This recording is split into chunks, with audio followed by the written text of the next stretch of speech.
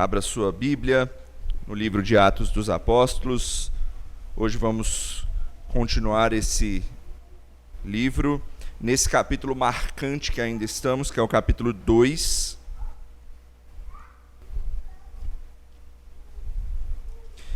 Ele também é um capítulo longo, né? São quase 50 versículos, então a gente vai passando calmamente por ele. Hoje nós vamos dos versículos 14 a 21. 14 a 21.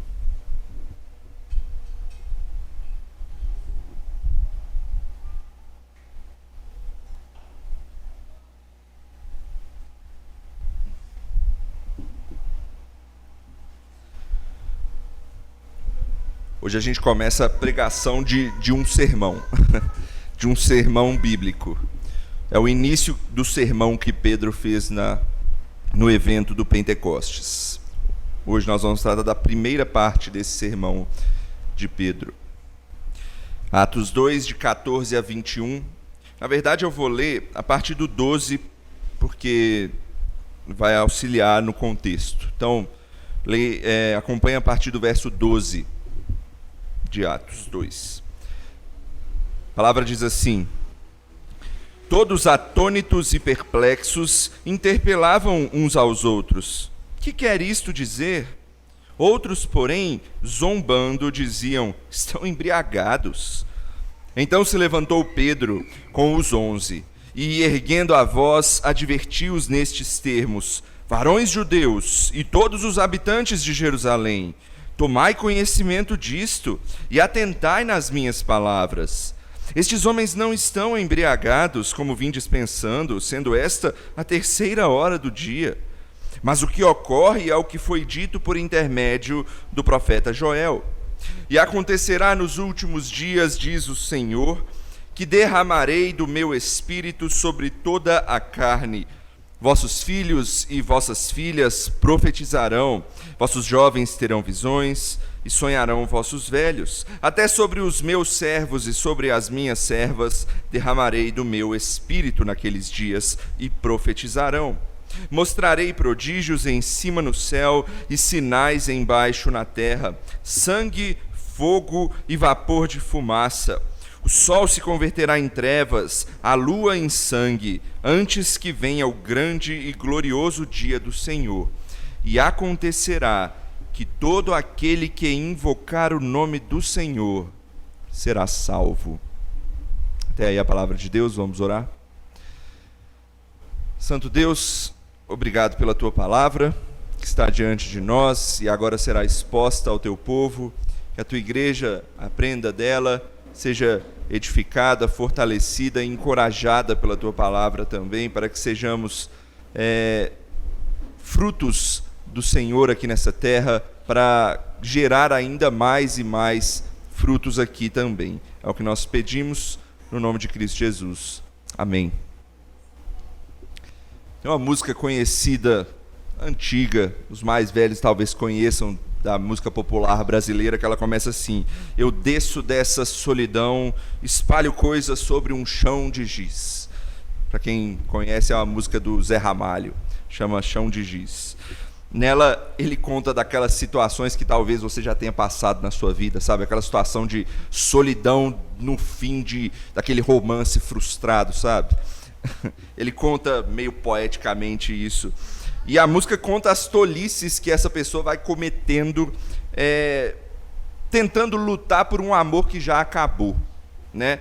Ele fica se torturando em meio a lembranças, fotos, memórias, e ele já até sabe que a pessoa tem outro. E até que ele toma a decisão de ir embora e de se desvencilhar desse amor não correspondido.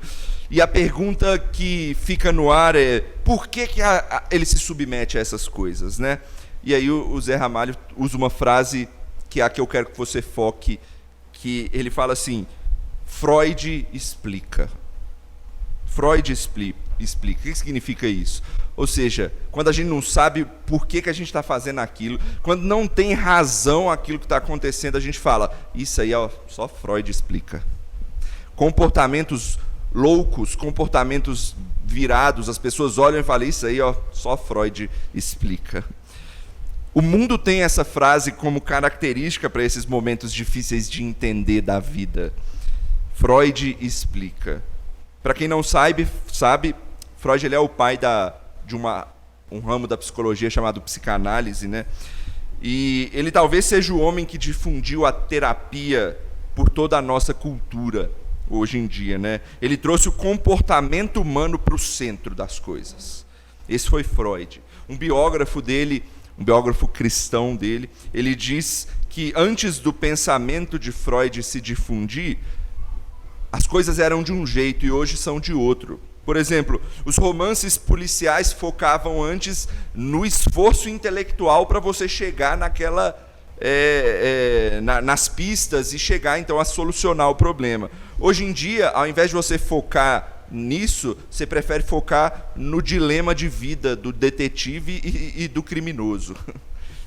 Ou então, a biografia dos homens agora é menos história de impacto da vida dele e mais esforços para que ele se livre dos fantasmas do seu passado. As pessoas preferem focar na psicologia da vida do que no impacto do que ela gerou. E, obviamente, Freud ele detestava religião. Ele dizia assim, culpa? Pecado? Não. Isso é mero comportamento proveniente do seu eu inconsciente. Então você precisa se conhecer melhor, se aceitar a si mesmo, dizia ele. Isso soa comum para você nos nossos tempos? Pois é, Freud explica. Mas eu preciso dizer a você que essa não é a melhor explicação para eventos ou coisas que a gente não entende muitas vezes. Em meio a situações difíceis de explicar, as pessoas confusas dizendo, igual no nosso texto aqui que a gente viu, né? O que está acontecendo? Como é que isso pode ser possível? Isso não faz razão nenhuma. O texto de hoje vai nos mostrar o apóstolo Pedro se levantando e nos ensinando um caminho melhor. Freud não explica, a Bíblia explica. E mais, ela mostra o caminho de salvação. Em resumo, é isso que a gente vai aprender hoje nesse texto, no início do sermão de Pedro aqui no Pentecostes. A mensagem de salvação do Evangelho, ela provém da Bíblia e por isso a gente deve explicá-la, defendê-la e pregá-la. É isso que o apóstolo Pedro vai fazer por meio da Bíblia. Ele pega a Bíblia e explica, defende e prega o Evangelho. Em resumo, é isso que a gente vai ver em 3 partes nesse primeiro momento do sermão do apóstolo Pedro aqui no nosso texto. Então vamos lá. Em primeiro lugar, eu quero que você veja que você é chamado a se levantar e explicar e defender o Evangelho. Você é chamado a se levantar e explicar e defender o Evangelho quando for necessário. Olha aí os versos 12 a 14 mais uma vez do nosso texto. Diz assim, todos atônitos e perplexos interpelavam uns aos outros, que quer isto dizer? Outros, porém, zombando, diziam, estão embriagados. Então se levantou Pedro com os 11 e erguendo a voz advertiu-os nesses termos, varões judeus e todos os habitantes de Jerusalém, tomai conhecimento disto e atentai nas minhas palavras. Atos 2 é um texto marcante da Bíblia, a gente já tem tratado dele há alguns domingos. É onde o famoso Pentecostes acontece, e esse acontecimento que envolve sinais de vento, de fogo, onde as pessoas começam a falar em línguas, e as pessoas de outras regiões entendiam o que as outras falavam, e elas falavam as grandezas de Deus, elas falavam o Evangelho.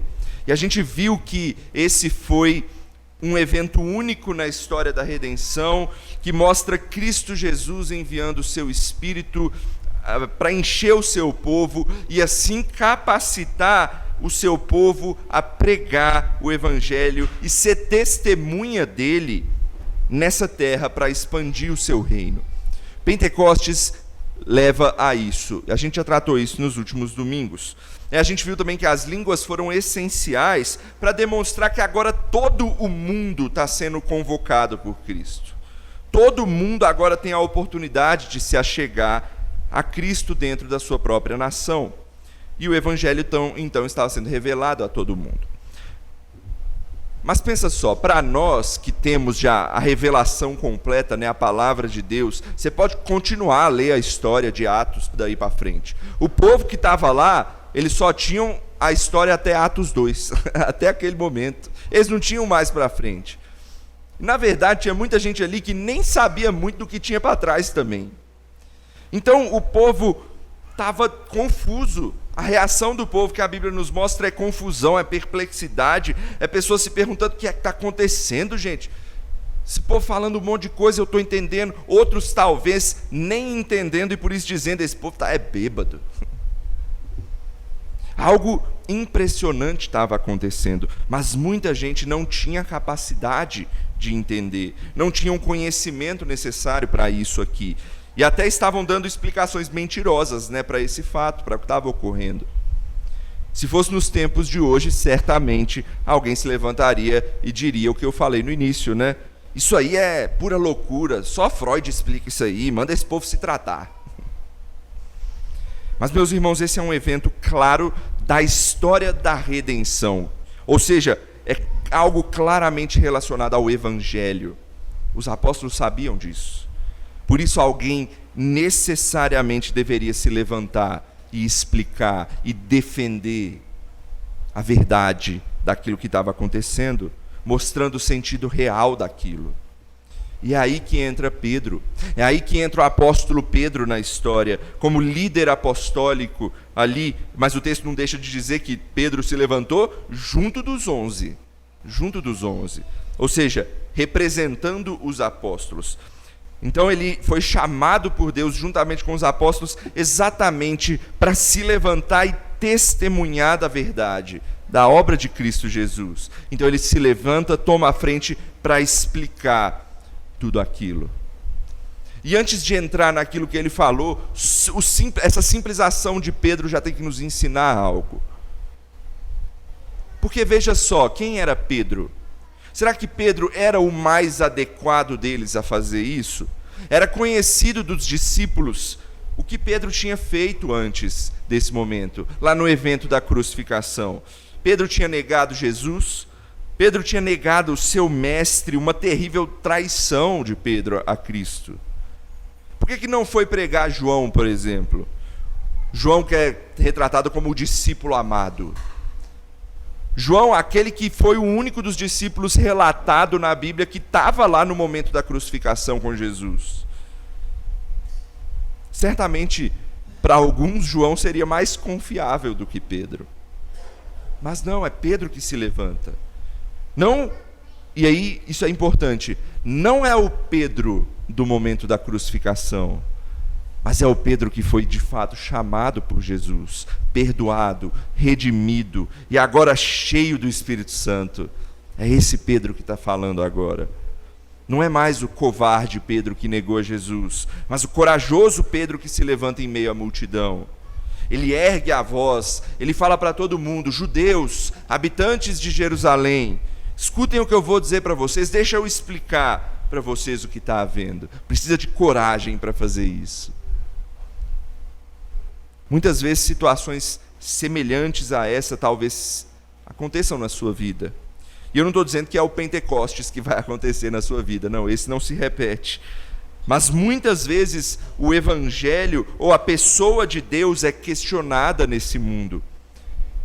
Pessoas difamam as verdades bíblicas, ou dizem não entender isso ou aquilo sobre Jesus, ou ensinam coisas erradas a respeito, outras até ensinam ou tentam mostrar outros caminhos para se viver nesse mundo, longe da religião, longe de Deus. Ou às vezes é simplesmente uma curiosidade a respeito de Jesus ou da palavra de Deus que vai surgir diante de você, eu não sei, mas Deus dá várias oportunidades para a gente. E quando isso acontecer, você não vai poder esperar que um apóstolo Pedro se levante onde você está. Nem Pedro, nem João, nem nenhum apóstolo, porque não existem mais apóstolos. Aí você fala: então vou chamar o meu pastor, vou chamar os presbíteros da igreja.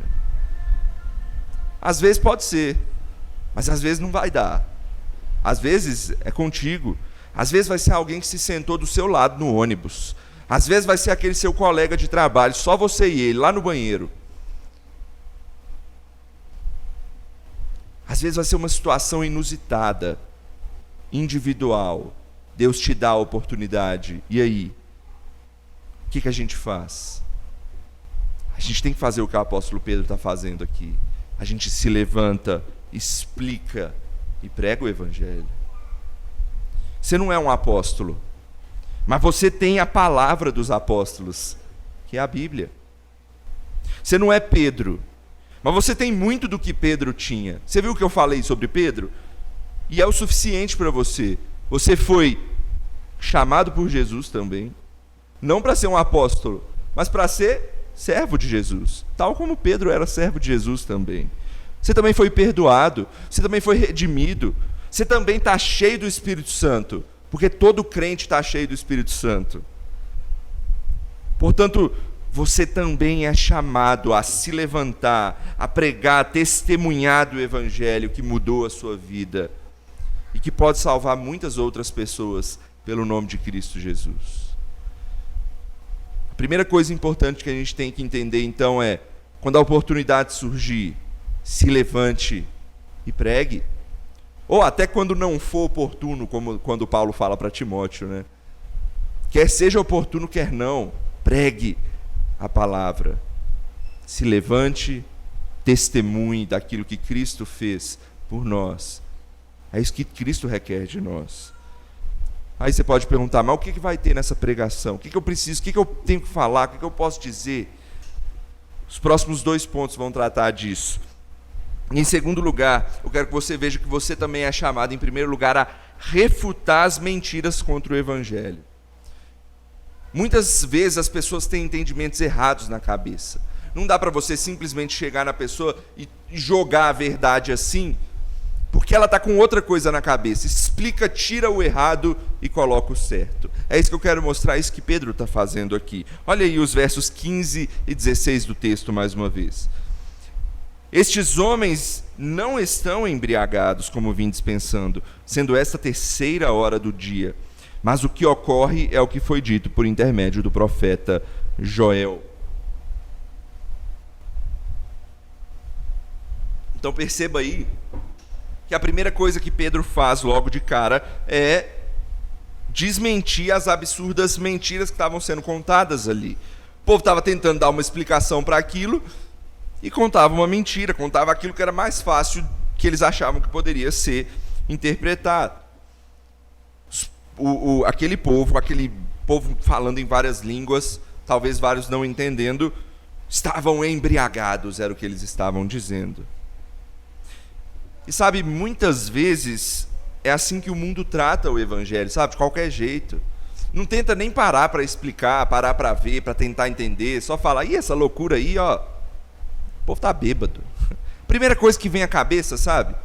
Muitas vezes as mentiras contadas, elas são simplesmente uma coisa que vem de primeira na cabeça e eles já lançam contra o Evangelho. E às vezes até contra o nome de Cristo. Pessoas se levantam para dizer as maiores asneiras sobre Deus.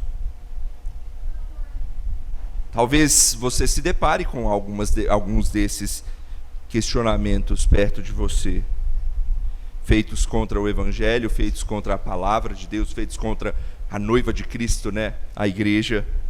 E a minha pergunta é, será que você saberia resolver, responder? Você está preparado para responder esses questionamentos? Você poderia refutar essas mentiras?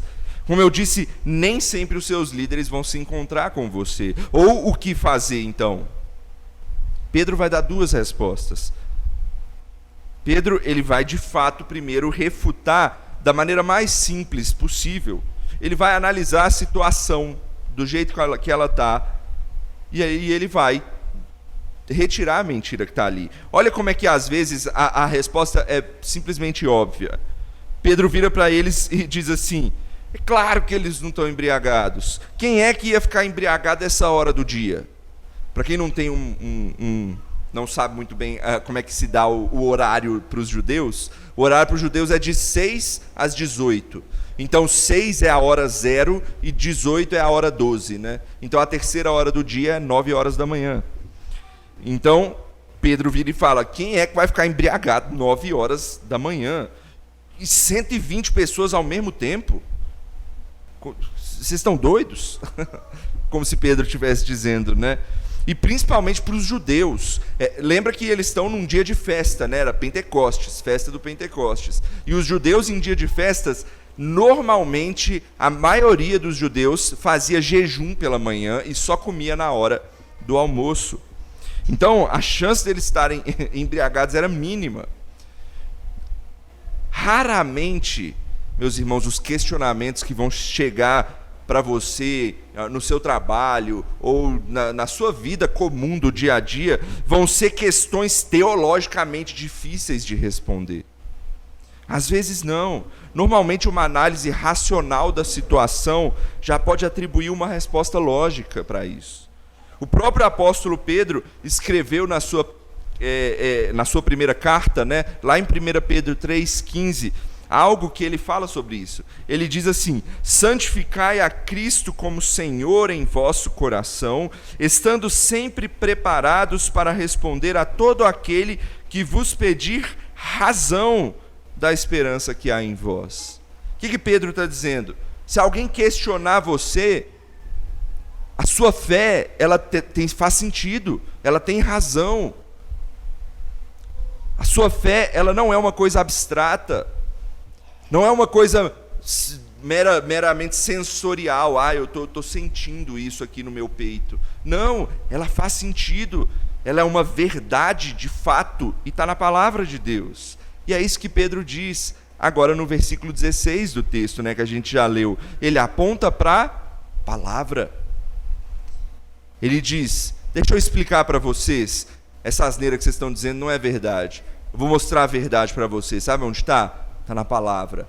Está lá no livro do profeta Joel. E aí Pedro então fala do profeta, aquilo que o profeta escreveu. Então, o verso 16 mostra o caminho que a gente sempre tem que fazer. Pedro aponta para a palavra de Deus. Se é a palavra de Deus que anuncia o evangelho a nós, é nela também que a gente vai encontrar respostas para os questionamentos contrários ao evangelho. E só tem um jeito de você se preparar para isso, meu irmão. Você precisa se encharcar da palavra de Deus.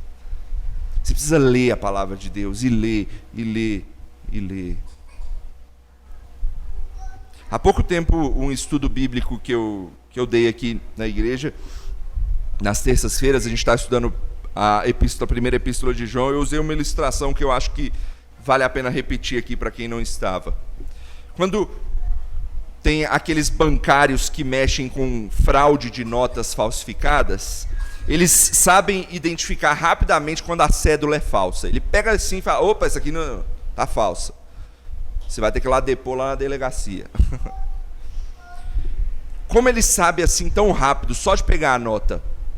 Será que ele estudou todos os tipos de notas falsas existentes no mundo para saber que aquela lá é... essa aqui eu já estudei, ela é falsa mesmo, por isso. Não, claro que não. O que ele faz? Ele estuda meticulosamente a nota verdadeira. Ele vê a cor, ele vê o papel, ele vê aonde está cada um dos símbolos, os detalhes da imagem.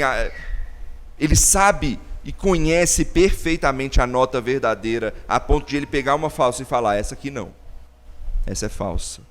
Ou seja, ele se encharca da verdade para poder não ser ludibriado pela mentira. Com a gente é da mesma forma. A gente tem que se encher da verdade da palavra de Deus, para a gente poder saber nos desvencilhar das mentiras e questionamentos desse mundo. E sabe, meu irmão, não tem segredo aqui. Você precisa ler e estudar a palavra de Deus. É como diz o salmista lá no famoso Salmo 1. Todo mundo decora quase o Salmo 1, né? Bem-aventurado o homem, blá, blá, blá. O primeiro versículo todo mundo sabe. O segundo, será que todo mundo sabe? O seu prazer está na lei do Senhor e nela medita de dia e de noite. É ótimo saber que a maioria aqui conhece esse salmo. Mas será que a gente pratica esse salmo? Será que a gente tem meditado de fato de dia e de noite na lei do Senhor? Será que a gente está tendo prazer na lei do Senhor? A Bíblia gosta de usar uma ilustração para a nossa vida cristã. É como se ela fosse um casamento. Para eu conhecer mais a minha esposa, o que eu faço? Eu convivo cada vez mais com ela, eu converso cada vez mais com ela, eu vejo, eu observo, eu entendo, eu estou junto dela cada vez mais, e assim eu vou a conhecendo cada vez mais.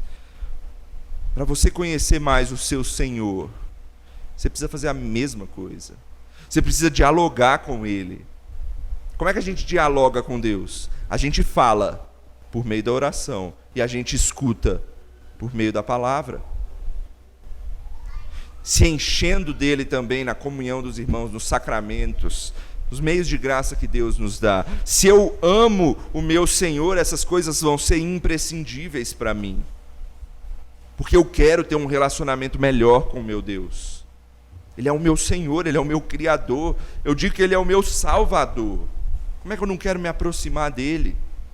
Então, para você vencer essas mentiras que o mundo fala do seu Senhor, do Evangelho, você precisa se encharcar da palavra de Deus para refutar as mentiras desse mundo contra o nosso Senhor. Esse é o segundo ponto. Mas não é só refutar. Refutar, como eu disse, é a primeira parte, né? Você tira da mente da pessoa aquilo que está errado. Mas agora deixa eu mostrar o certo para você. Esse é o nosso terceiro e último ponto, é o que Pedro vai fazer aqui. Após refutar, você precisa trazer a solução. E isso envolve explicar e aplicar as Escrituras, a palavra de Deus. Ou seja, em terceiro lugar, eu quero dizer que você é chamado a utilizar a palavra para pregar o Evangelho. Você refuta as mentiras, tira aquilo que está de errado no entendimento da pessoa e agora você prega para ela a verdade do Evangelho. O sermão que Pedro faz aqui, ele vai até o versículo 36, tá? Hoje a gente só está tratando da primeira parte, só que todo ele é pura pregação do Evangelho e da palavra de Deus apontando para Jesus Cristo. Todo ele. E aqui, só nessa primeira parte, em que, veja, ele cita a profecia de Joel, só nessa primeira parte a gente já consegue ver a estrutura da pregação de Pedro apontando para Jesus. Olha aí como ele faz, olha os versos 17 a 21 mais uma vez. E acontecerá nos últimos dias, diz o Senhor, que derramarei do meu espírito sobre toda a carne, vossos filhos e vossas filhas profetizarão, vossos jovens terão visões, sonharão vossos velhos, e sobre os meus servos e sobre as minhas servas derramarei do meu espírito naqueles dias e profetizarão. Mostrarei prodígios em cima no céu e sinais embaixo na terra, sangue, fogo e vapor de fumaça. Sol se converterá em trevas, a lua em sangue, antes que venha o grande e glorioso dia do Senhor. E acontecerá que todo aquele que invocar o nome do Senhor será salvo. Veja, do verso 17 a 21, Pedro está citando o texto do profeta Joel, que a gente leu hoje durante o culto, Joel 2, 28 a 32. Só que Pedro, ele não faz uma citação ipsis literis do texto, ou seja, igualzinha palavra por palavra. Ele é um apóstolo, e ele pode, tá? A gente não, mas ele pode, na época dele, modificar certas coisas. E por que ele faz isso? Para explicar o texto aos seus ouvintes, para que eles entendam aquilo que está acontecendo. A gente não modifica, a gente explica. A gente pode parafrasear para explicar, igual muitas vezes eu faço durante a pregação. É mais ou menos o que Pedro está fazendo aqui. Ele está explicando ao ler o texto de Joel ao mesmo tempo, para que as pessoas possam entender. E a primeira mudança já está no início do versículo 17 aí do nosso texto. Lá em Joel está escrito assim, acompanha no versículo 17 você já vai entender a mudança. Tá? Lá em Joel está escrito, e acontecerá depois que derramarei o meu espírito. Pedro modifica essa parte inicial para o quê? E acontecerá nos últimos dias, diz o Senhor, que derramarei o meu espírito.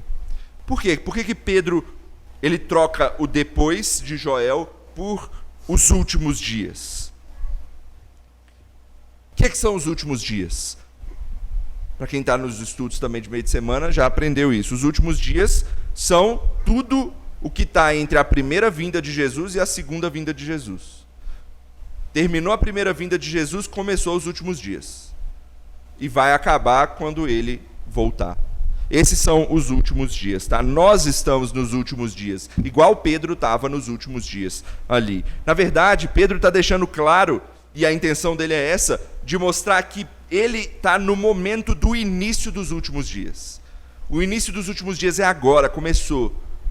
Joel já mostrou, profetizou isso para a gente. O grande próximo passo da redenção que vocês precisam ter esperança é a volta do seu Senhor.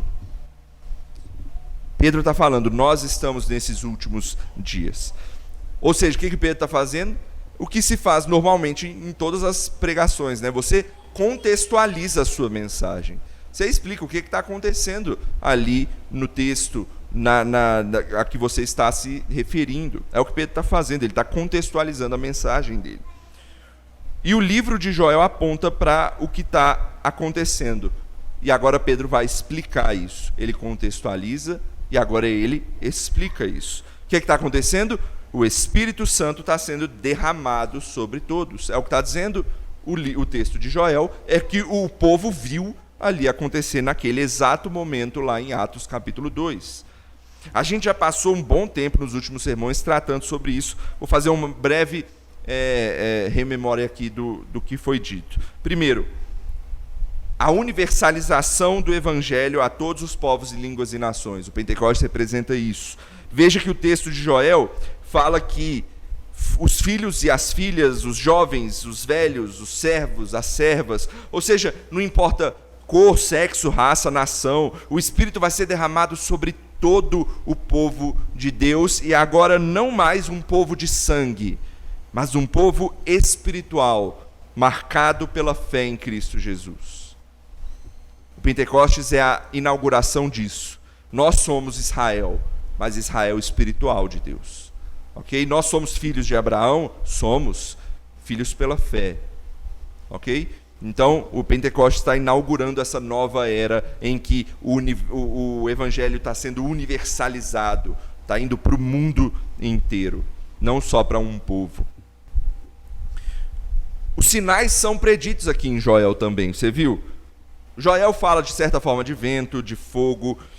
Como eu já venho falado, as línguas, ainda que não exatamente escritas aqui, Pedro está comparando a profecia que ele está dizendo aqui, sinais e prodígios, com as línguas, né? Ambas têm caráter revelatório, profecia e línguas. Paulo explica isso muito bem lá em 1 Coríntios 14, se alguém quiser dar uma olhada depois. Mas talvez você esteja se perguntando, mas peraí, pastor, tem uns sinais ali que eu vi que não aconteceram, não. Talvez você tenha visto aí, né, outros sinais descritos que não ocorreram literalmente no Pentecostes, tal como ali o sol se convertendo em trevas, a lua em sangue. O que aconteceu? Então, Pedro errou o texto? Ou faltou alguma coisa? Tem duas explicações principais para isso aqui, tá? Plausíveis. Eu vou falar as duas que acho que não tem muita importância você crer em uma ou outra, ambas vão levar para a mesma questão. Mas a primeira é que isso ainda vai ocorrer, mas no evento da volta de Jesus. Lembra, últimos dias é tudo, do fim da primeira vinda até a última vinda. Então Joel profetizou dos últimos dias. Ainda vai se cumprir essa parte da profecia. Lembra, profecia também nem sempre se cumpre tudo de uma vez, tá? Muitas profecias do Antigo Testamento possuíam múltiplos períodos de cumprimento. Tem um povo que, muito pastor, gosta de usar a ilustração de quando você está indo, caminhando de carro por algum lugar e você vê uma montanha. E aí, quando você vai andando no carro assim, você vê um monte grande, né? Aí você vai andando com o carro um pouco para frente, aí você olha de novo, agora você está vendo duas, porque uma estava tampando a outra. Aí você vai um pouco mais para frente, você vai vendo três, porque uma montanha está tampando a outra é uma cordilheira de montanhas. Eles usam essa ilustração para dizer que a profecia muitas vezes é assim. Você está num período de época do tempo, você vê uma montanha. Mas quando o tempo avança mais um pouco, agora você já viu a segunda, se completou uma segunda parte aí da profecia. E a profecia vai se completando ao longo dos tempos, né? Então o povo gosta de usar essa ilustração. Ou seja, pode ser que seja isso que esteja acontecendo aqui. Os sinais do sol, da lua em sangue ainda não ocorreram, vão ocorrer quando Cristo retornar. Mas outra possível explicação aqui é também o caráter, muitas vezes, poético das profecias do Antigo Testamento. Muitas profecias, elas não se cumpriam de forma literal, mas o propósito delas é que se cumpria. Né? Por exemplo, vou dar um exemplo óbvio disso, na primeira das profecias do Antigo Testamento, lá em Gênesis 3,15. O que está escrito lá? O conhecido proto-evangelho, né? Lá é dito que o descendente da mulher teria inimizade com a descendência da serpente, e aí ele pisaria na cabeça da serpente e o seu calcanhar seria ferido. É completamente poético. Por quê? Porque o descendente da mulher, apontando para o Messias, para Jesus, a descendência da serpente para o inimigo, para o diabo. E Jesus, ele então vence a morte, vence o diabo de fato. Só que não é o calcanhar dele, literalmente, que é marcado, que é ferido. Não, representa a morte. Ele teria que morrer para ter essa vitória. Ou seja, a profecia lá, ela é de certa forma poética, né? Então, outra explicação pode ser que a profecia de Joel aqui também tem essa linguagem poética acontecendo. Anuncia, é uma linguagem poética que anuncia essa mudança cósmica no mundo. A mudança da era da antiga da aliança, como eu já disse, para a era da nova aliança. Do Antigo para o Novo Testamento em Cristo Jesus. Então, por isso que ele usa essas coisas, né? O sol vai se converter em trevas, a lua em sangue. É uma linguagem poética para falar. O mundo vai mudar, o mundo vai girar agora, porque Cristo finalizou a obra de redenção dele. E agora a gente vive por meio daquilo que ele fez. Portanto, duas coisas que Pedro já fez na pregação dele aqui. Ele contextualizou, e agora ele deixou a Bíblia explicar, ou ele explicou a Bíblia, né? E agora ele vai fazer a última parte. Ele vai aplicar o texto aos seus ouvintes com o principal, o coração da mensagem. Ele vai apontar para Jesus. É como ele finaliza aí no versículo 21. Veja, e acontecerá que todo aquele que invocar o nome do Senhor será salvo. Aqui a gente tem a conclusão e o propósito da profecia. Levar pessoas a serem salvas pelo Senhor, para o Senhor. Aqueles que crerem e invocarem o nome do Senhor, esses serão salvos. Talvez ainda não tinha ficado claro para esse povo aqui, mas esse Senhor que Pedro diz é ninguém menos que o Senhor Jesus Cristo. Inclusive, achei interessante, quando o Rafael estava lendo na hora do culto esse texto lá em Joel, ele falou, né? E acontecerá que todo aquele que invocar o nome do Senhor, e ele inconscientemente falou, Jesus será salvo. Não sei se vocês perceberam. Eu até dei uma risadinha na hora que ele leu. Lá em Joel não tem escrito Jesus. Mas é óbvio para nós. E a Bíblia tem que ser óbvio para você também que toda a Bíblia aponta para Jesus. E esse é o foco nosso também. Aponta para Jesus, todos os textos. E Pedro vai aprofundar isso no restante do sermão. Mas eu quero já que você veja que ele deixa isso claro lá no versículo 36, que é o último versículo do sermão dele.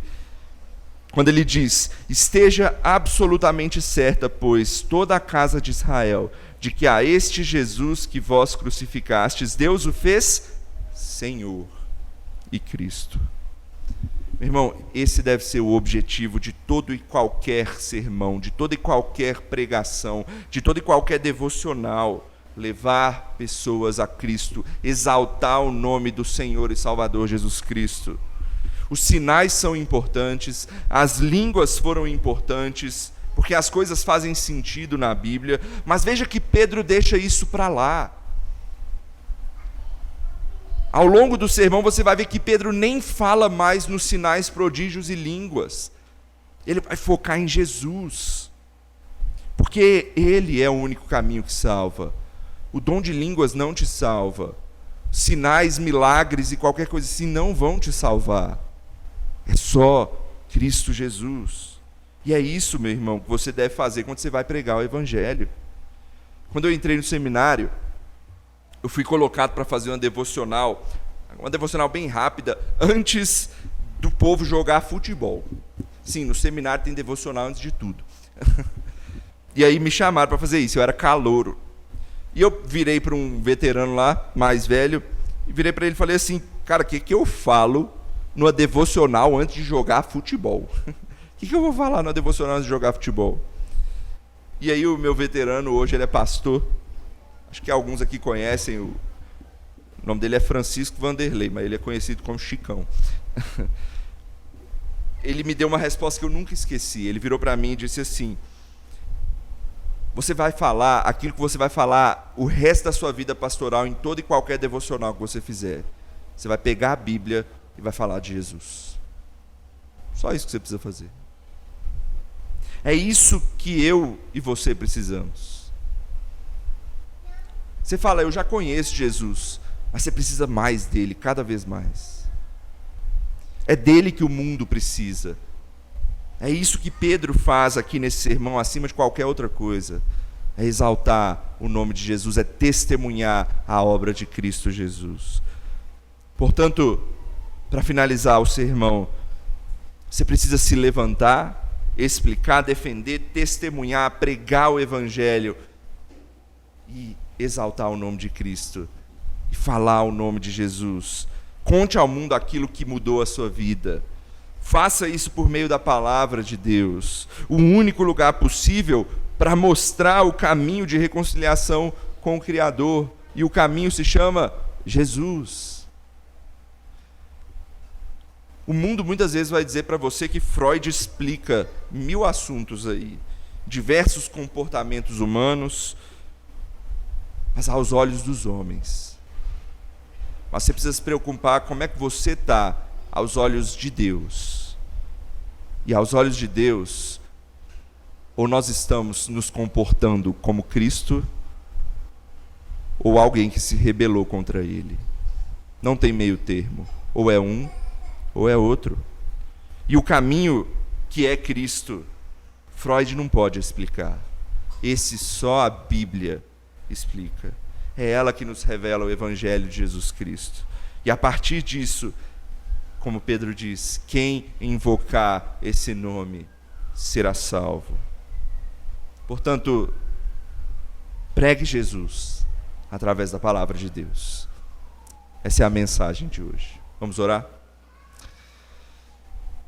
Senhor, obrigado por esse momento de aprendizado da Tua palavra, mas acima de tudo, obrigado por Cristo Jesus, pela salvação que temos pelo nome dEle, pela obra dEle, pela forma de vida que aprendemos, pelo modo como Ele viveu. E nos ajude, Deus, a sermos cada vez mais parecidos com Ele, e não só isso, mas a difundir, a pregar o nome dEle nesse mundo, porque esse mundo não tem nenhuma salvação longe ou fora do nome de Jesus. Só Ele pode salvar. Que isso fique claro para nós e entre cada vez mais no nosso coração por meio da Tua palavra. É o que nós pedimos e oramos no nome dEle. Amém.